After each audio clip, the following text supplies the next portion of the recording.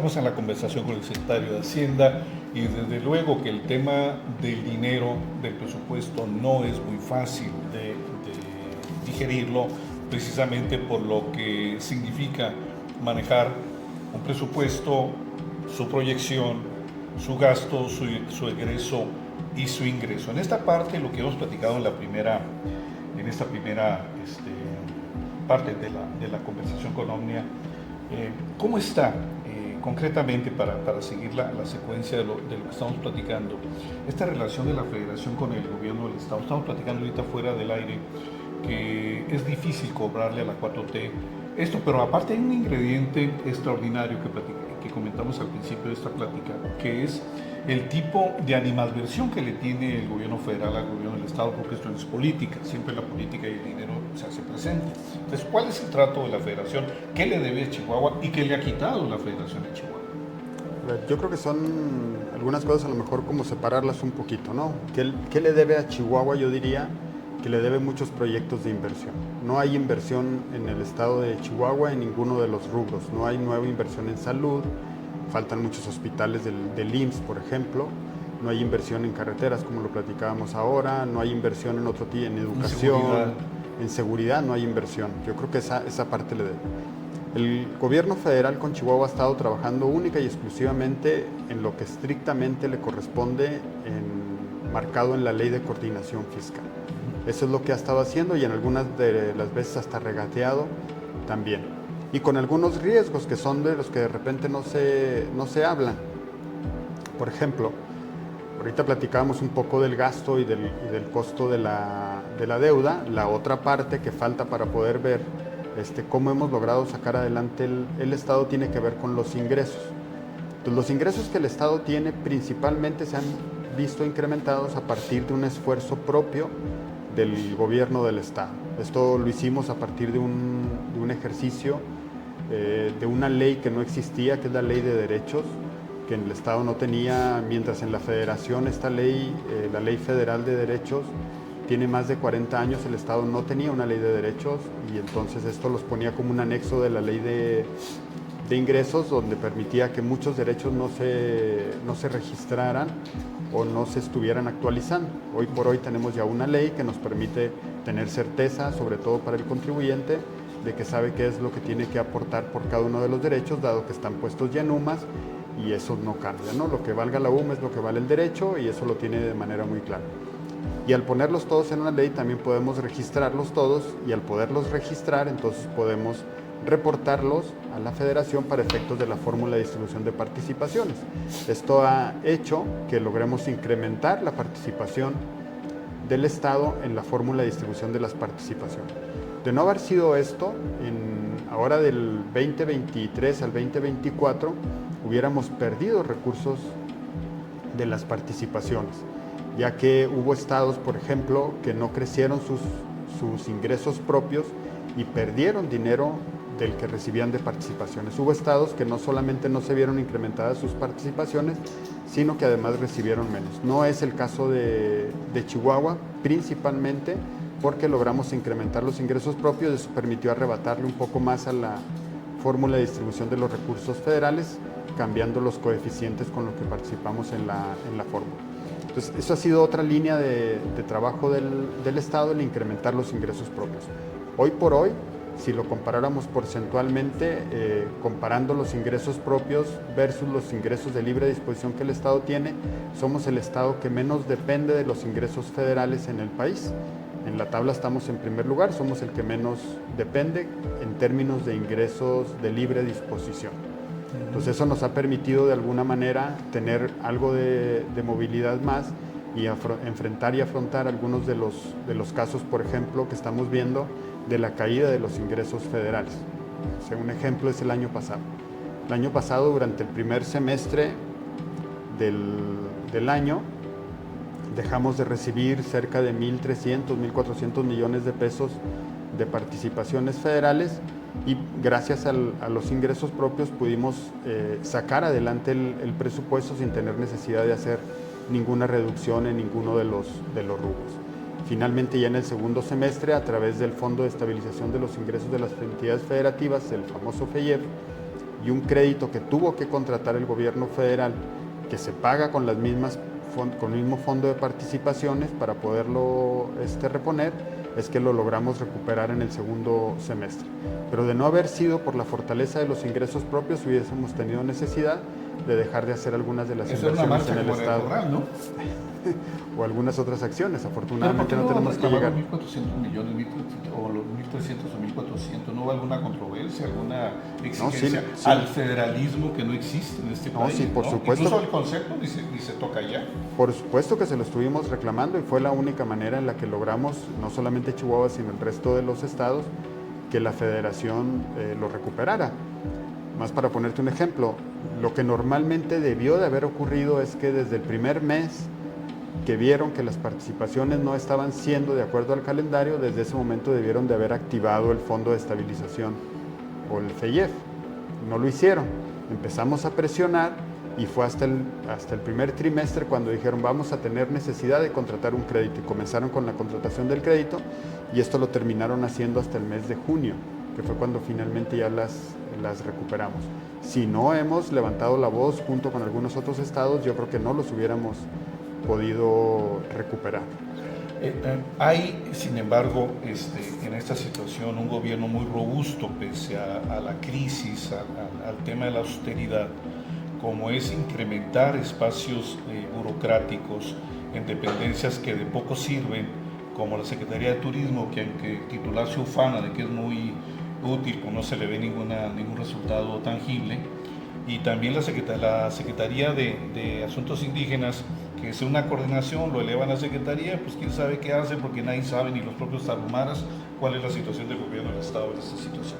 ¿Por qué hacer un gobierno tan robusto frente a una situación de crisis tan pronunciada? Número uno. Y número dos, el gran hoyo negro de pensiones civiles del Estado, cuya deuda, según tenemos un dato, ronda los 1.400 millones de pesos y es prácticamente ya imposible seguir con una situación como la de pensiones. Y tercero, el gobierno del Estado en la situación política en un año electoral, en el informe anuncia que se crea Medichihuahua, cuando el gobierno federal no tiene ni para medicina, los niños mueren de cáncer, las mujeres no tienen para poder tratarse, las delegaciones y los hospitales del Seguro Social en el famoso IR Bienestar, que es una asociación del fracasado INSABI, dan pena y son un verdadero foco, como Chihuahua también, viendo testimonio este medio de comunicación, yendo a ver las condiciones en las que se trabaja.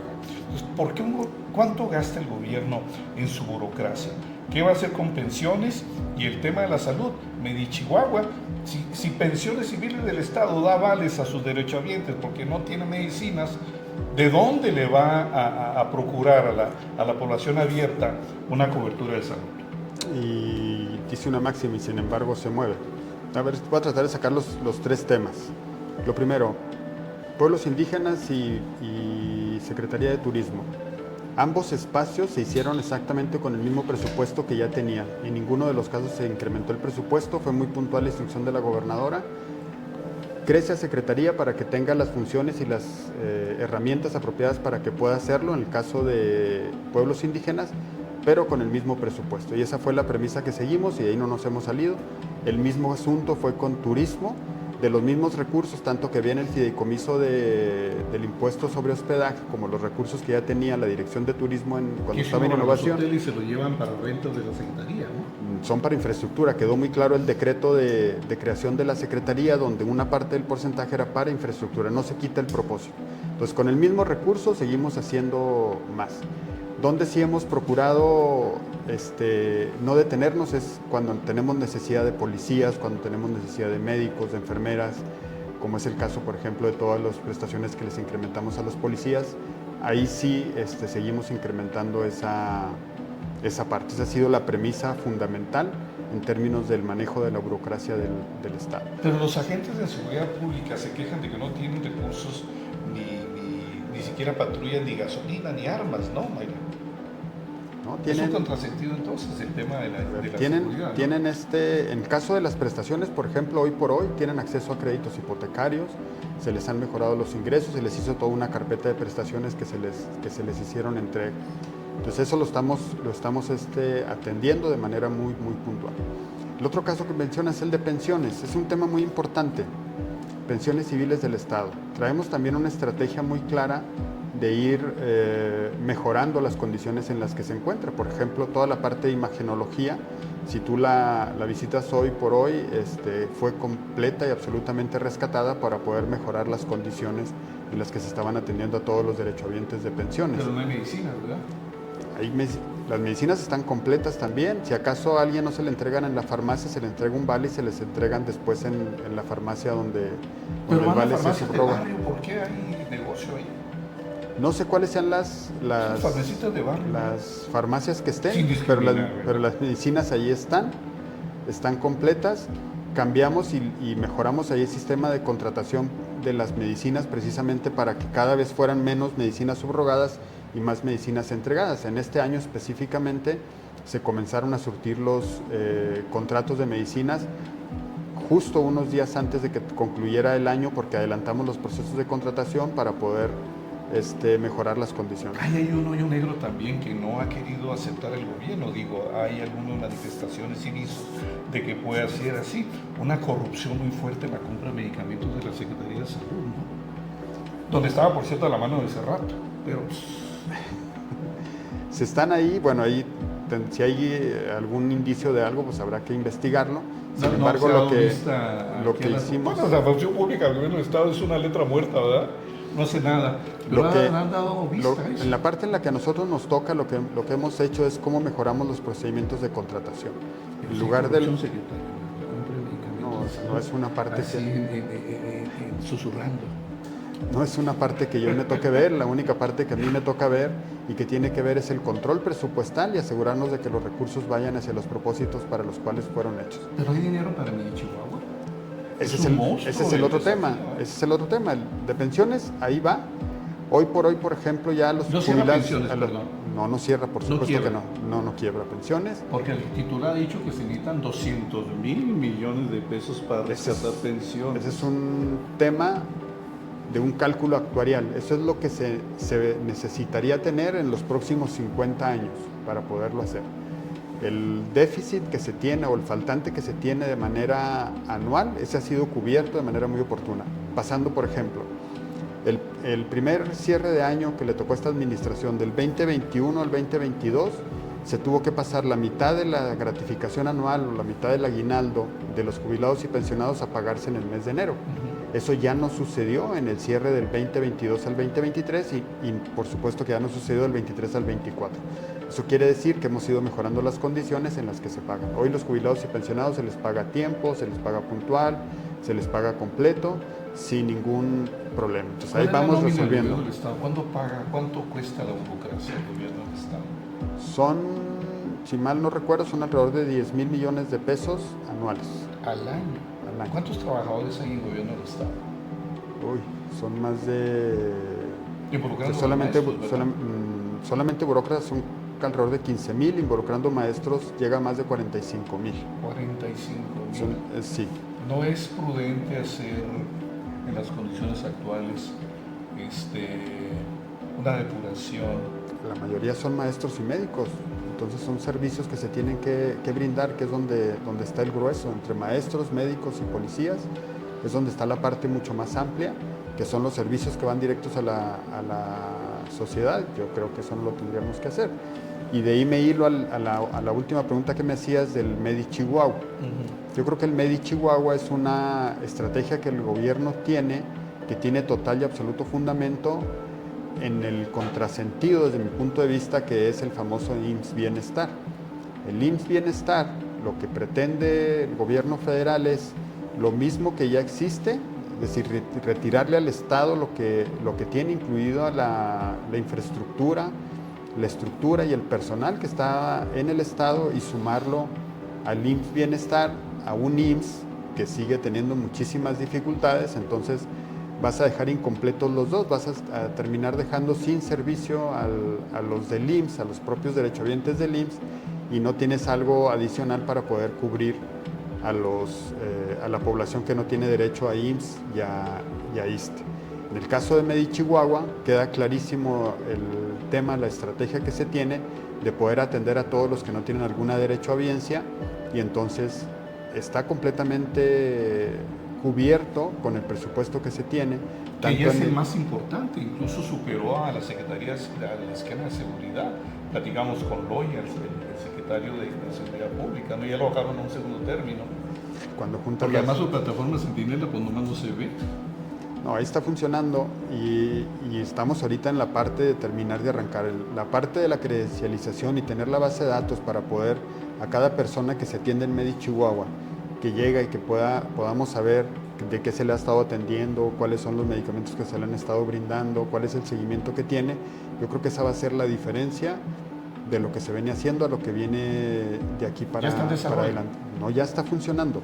Si hay un niño con cáncer en nivel 4, puede venir a Medi Chihuahua. Puede venir a atenderse sin ningún problema. De hecho, son los primeros con los que se comenzó a atender, que es a los niños con cáncer. Ahorita no hay un solo niño con cáncer que se haya acercado a nosotros y que no haya podido ser atendido. ¿Y qué universo hay de niños con cáncer? Pues habrá que preguntárselo al secretario de Salud. Pero yo creo que es una muy buena estrategia. Vamos cerrando algunos de los puntos en el gobierno en los que vamos a poder dejar algo muy diferente a lo que recibimos. Hasta ahorita, por ejemplo, en términos del mantenimiento de las carreteras, no tiene precedente la inversión que se está haciendo en mantenimiento de las carreteras estatales. En términos de la inversión de la plataforma Centinela, una vez que esté concluida ya con los avances que se tiene, no tiene precedente tampoco. Es una estructura y una infraestructura que se va a dejar y que tiene una plataforma, una base que va a ser de ahí para adelante, que no permite que se regrese. La estrategia de Medi Chihuahua también, la manera en la que está organizada, va a ser una plataforma y una base en la que una vez alcanzado ese nivel, obviamente de ahí para adelante es como se tendrá que seguir, pero que no tiene manera de que se haya un retroceso en esa parte. Yo creo que son de las cosas que se van a ir dando como resueltas en el Estado. Bien, en una parte, a reserva seguir comentando y la agilidad de la información para que la gente lo reciba con más concreción y administración del tiempo, podemos ampliarlo muchísimo. ¿Cuál sería una conclusión en esta conversación, secretario? ¿Cómo va el esquema de presupuesto? Porque aparte estamos en un año sumamente electoral y el esquema del primer encuentro y debate de la Presidencia de la República marcó en materia de salud, quizás junto con seguridad y las otras crisis que está viviendo el país, la infraestructura, los tenores más importantes en los que estamos involucrados hoy por hoy y donde Chihuahua se advierte en esta plática, pues es parte fundamental para lo que viene al Estado y para el país. ¿Cuál sería la conclusión? Porque insisto, el tema a manejar en una conversación, entrevista, el gasto no es fácil, así que seguiremos platicando con el secretario sobre algunos tópicos ya más concretos. Pero ¿cuál sería en este momento una conclusión para cerrar la entrevista? Yo creo que para la implementación de cualquier estrategia en el gobierno, cualquiera de los gobiernos que sea, siempre esta debe estar sustentada en la parte financiera. No habrá alguna estrategia que el gobierno implemente, cualquier acción que se implemente que no tenga que ver en una muy buena parte con algo de recursos. Entonces la parte que a nosotros nos toca en la Secretaría de Hacienda es manteniendo el orden que se tiene, incrementando la forma en la que se están haciendo las cosas para tener cada vez mucho más certeza de cómo y dónde se gastan los recursos, permita de manera razonablemente clara estar seguros que va a seguir habiendo recursos para que esas estrategias salgan adelante. Es decir, si se implementa un programa, tener la certeza de que ese programa tiene un soporte financiero. Si iniciamos una obra, tener certeza de que esa obra tiene un soporte financiero, tiene suficiencia presupuestal, de que si firmamos un contrato vamos a poder cumplir con ese contrato. Entonces, si nosotros no nos salimos de esa tónica en la que cada una de las obras y acciones que hagamos le ponemos recursos y nos aseguramos que esos recursos tengan una fuente real de ingresos para poderlo soportar, entonces creo que las estrategias van a salir adelante. Ya cada quien en su área de competencia tendrá que hacerse cargo de lograr los objetivos que están planteados en cada una de las cosas. Pero yo creo que como conclusión es, en la medida en la que sigamos manteniendo este orden que tenemos hasta ahora, que sigamos teniendo los controles adecuados para poderlo tener y no nos salgamos de los objetivos que están planteados en los programas, creo que podemos llevar a muy buen puerto cada una de las acciones que estamos realizando. 3 temas para una respuesta rápida y finalizamos la conversación. tenemos un problema muy grave por la sequía gravísima. ¿Cuál es el esquema de impacto en este segundo año cuando están estimulando las lluvias? Y ya Morena puso el grito en el cielo en este tema. Segundo, ¿cuánto costaron los daños del 8 de marzo al gobierno del Estado? Y tercero, esta Secretaría tiene a los principales asesores que más nos cuestan. Estamos hablando como el gasto de los chihuahuenses, como es Cordero y todos los que se vinieron de México y que cobran una fortuna asesorando no sé qué. La vez pasada pregunté, ¿qué el secretario de Hacienda no es capaz, Granillo, de manejar la dependencia? ¿Por qué necesita tanto asesor que cobran una millonada y que a final de cuentas pagamos los chihuahuenses? En ese orden, ¿cuáles serían las respuestas? La primera, la sequía. Tocas un punto muy importante. Hoy por hoy, el tema de la sequía, creo que las acciones que está implementando desde la Secretaría de Desarrollo Rural en conjunto con la Secretaría de Desarrollo Humano, la Secretaría de Pueblos Indígenas y el DIF estatal, tuvieron una muy oportuna estrategia de intervención, de tal manera que cuando estas circunstancias suceden, que normalmente lo que traen son consecuencias que no se ven de inmediato, que se empiezan a ver al paso del tiempo, el haberse anticipado con las acciones permite atacarlas con mucha mayor precisión y mucha mayor puntualidad, de tal manera que los impactos no los veamos tan grandes como se pudieran observar. Entonces hoy por hoy está ellos reorganizando su presupuesto, nosotros soportando las acciones que se tienen y se está atendiendo de manera muy oportuna. Yo creo que si volteamos a ver el resto de los estados, incluso el propio país, qué acciones han implementado para poder atender la sequía, que no solamente sea en el estado de Chihuahua, y vamos a ver que hasta ahorita son prácticamente nuevas. El único estado que tiene un programa y una estrategia de atención, creo que es Chihuahua, salvo su mejor opinión. Hasta ahorita lo que tenemos identificado que son más de 500 millones de pesos y seguramente se puede ver incrementado. Estamos muy atentos a eso, no lo vamos a soltar porque le pega sobre todo a la población mucho más vulnerable. Entonces no quitamos el dedo del renglón, estamos muy atentos de lo que va a suceder y no vamos a dejar de hacer lo que sea necesario para poder salir adelante. La otra que me preguntabas era... ¿Cuánto costaron los daños del 8 de marzo? Daños del 8 de marzo. Las vallas que parece que están hechas de plata, ¿no? 55,000 pesos cada uno. No lo sé. Se lo preguntábamos al secretario de Seguridad, ¿verdad? Sí, que es precisamente quien hizo el contrato. ¿No hay una sospecha de corrupción en la compra de esas cosas? ¿Por qué tan caros? No por parte de nosotros. Ahí están los contratos, son públicos, son abiertos otra vez, ¿verdad? Se pueden escudriñar, ahí no están ocultos. No, fue una comunicación directa lo de las vallas, ¿verdad? Con un proveedor. Sí, pero ahí están los contratos. El contrato nunca se ocultó ni se puso. Puede ser sujeto de cualquier tipo de investigación. Lo que sí sé es que, y lo vimos en las imágenes, sirvieron para poder garantizar la seguridad no solamente de los edificios, sino yo diría de las propias personas. Cuando vimos a personas entrando con galones que parecían ser de combustible, con intenciones muy claras de poder generar algún incendio, con grado de destrucción, imagínate nada más que algún ladrillo, algún bien, algún algo se caiga encima de una persona o se incendie alguna parte o se suceda alguna explosión, eso hubiera sido completamente distinto. Entonces la vida de las personas no tiene precio. Sí se cumplió el objetivo de alguna manera, pero yo hubo creo. daños, ¿no? Sí, pero yo creo que fueron menores y están siendo evaluados por la compañía aseguradora que se tiene contratado. No, de hecho, difícilmente vamos a tener el monto del dato, toda vez que ellos lo que hacen es reparar. Entonces, ¿cuánto va a costar? No lo sé, porque finalmente es la compañía aseguradora, como cuando tú chocas, te chocan tu carro y le mandas a la aseguradora te lo manda a reparar. ¿Cuánto costó la reparación? No lo sabemos. Tu carro te lo regresan como estaba. Entonces, en esas estamos con la compañía aseguradora. Y la otra era... los asesores famosos.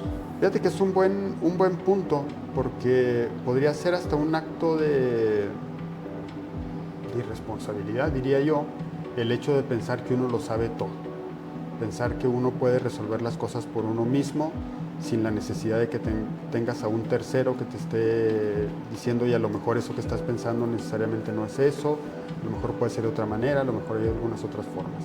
Entonces creo que hasta ahorita, en lo que llevamos, creo que la inversión ha rendido frutos, en el sentido de que hemos logrado mejorar las condiciones. Creo que es un recurso bien invertido, es público, es abierto, no está escondido, ahí está. creo que han sido útiles para el Estado, todos los asesores que se han ¿Cuánto estado cuestan los contratando. asesores?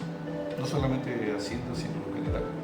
No tengo el dato. Son No, los políticos que vienen nomás al distrito 1 a comer, mochones y lo demás, ¿no? no, yo creo que no. Yo creo que sí hacen su trabajo, han estado planteando estrategias, guiando algunas acciones y creo que han rendido buenos frutos. ¿Y cuánto nos cuesta? No tengo el dato de cuánto es lo que cuesta. Son mucho dinero, ¿no? Yo creo que son inversiones importantes que deben de rendir frutos. Políticos del gobierno, de la gobernadora, ¿no? Yo creo que son asesores que están haciendo su trabajo y que debemos de estar atentos Porque con cuando ellos, fueron tanto como titulares en el ciudadanía. área del gobierno federal, pues los resultados no fueron los que el país requería, ¿no? Y luego las leyendas como la de Cordero, que con cuánto dinero podía vivir una gente, ¿no? 6,000 pesos. Yo creo que Ese es el tipo de asesores habría que que tiene el gobierno preguntarle del su Estado, opinión ¿no? al respecto, ¿no?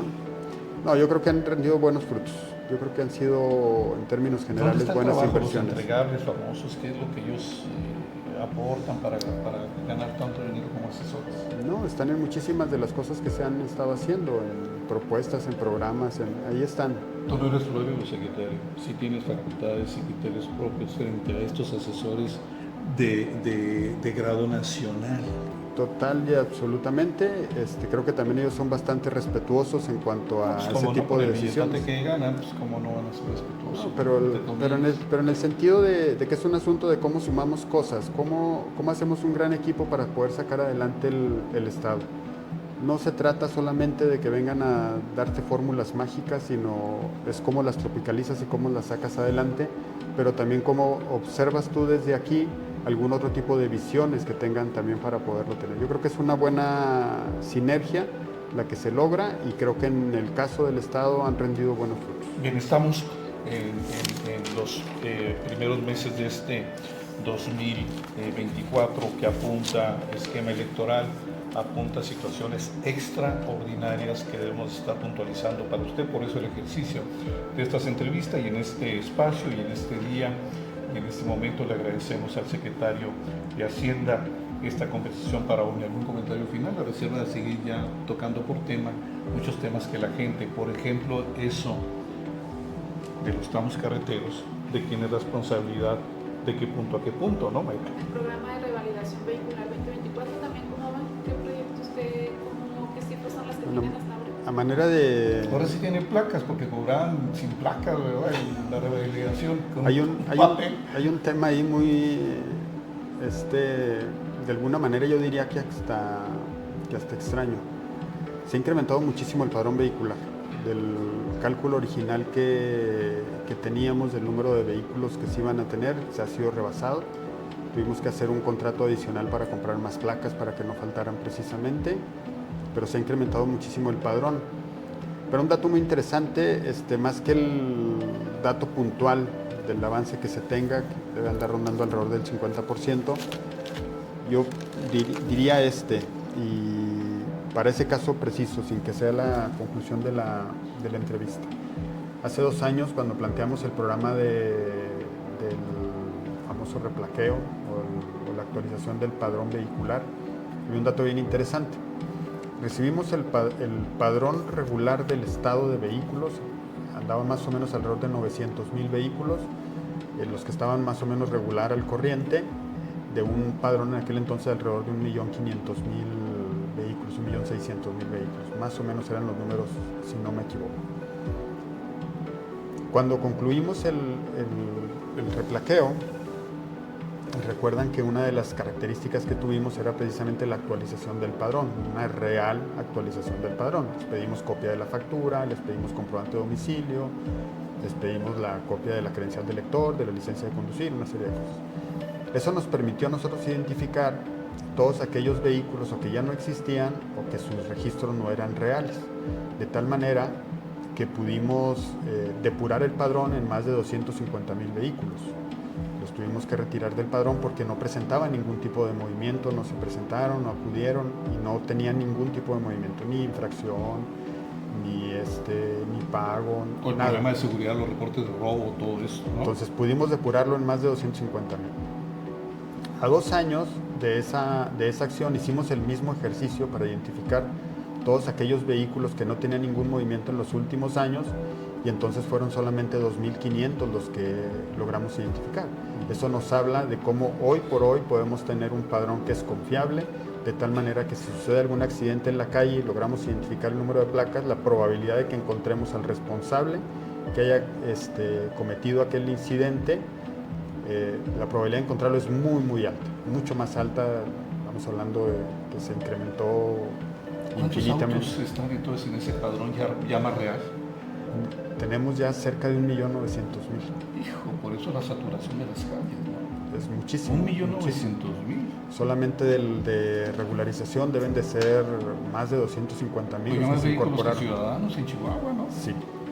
Qué Bueno, terrible. no más vehículos que ciudadanos, porque El fenómeno del uso todos del son carro. ciudadanos, pero sí hay muchos vehículos por familia. Entonces es un verdadero reto el mantener actualizado ese padrón, sobre todo para brindar seguridad a la ciudadanía. Y finalmente, lo que yo diría, terminaría es agradeciendo mucho el espacio que nos brindes para poder ser un canal de comunicación con la ciudadanía. Si no fuera a través de ustedes, no tendríamos manera nosotros de llegar a tanta gente con esta información. Reiterarles que estamos comprometidos con el desarrollo propio del Estado, que estamos viendo por mejorar cada vez las condiciones y dejar un legado, dejar algo diferente a lo que recibimos, que les permita a los que vengan después que nosotros que tengan una base de donde partir. Seguramente va a haber muchas cosas más que mejorar, pero habrá otras que ya las habremos logrado sacar adelante, habremos dejado un punto en el que no tenga retorno en algunas de las cosas. Por ejemplo, el fortalecimiento de los sistemas financieros difícilmente va a poderse dar marcha atrás con eso, de tal forma que va a ser un punto de partida de aquí para adelante. Bien. Ya se descolgaron bien los cajones, no se llevó nada más Fuentes Vélez. Necesitamos que regrese lo que se lleva. ¿Qué se llevó? No, ahí seguimos atendiendo los requerimientos de información de la Fiscalía Especializada. Muy bien, gracias. Órdenes, Secretario gracias. Jesús Granillo en esta conversación para hoy y desde luego para usted. Nos vemos en la siguiente. Con favor de Dios. Gracias.